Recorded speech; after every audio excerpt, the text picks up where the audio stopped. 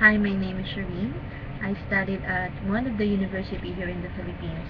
I took secondary education major in general science.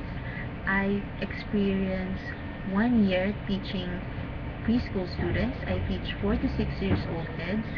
I taught them 4 subjects. Those subjects are math, science, history, and English. I'm very patient, punctual, and responsible. I believe that learning should be fun, so rest assured that my students will not be bored and learn each lesson.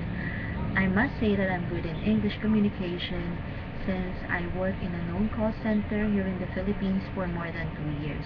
I love teaching. That's actually my field of work.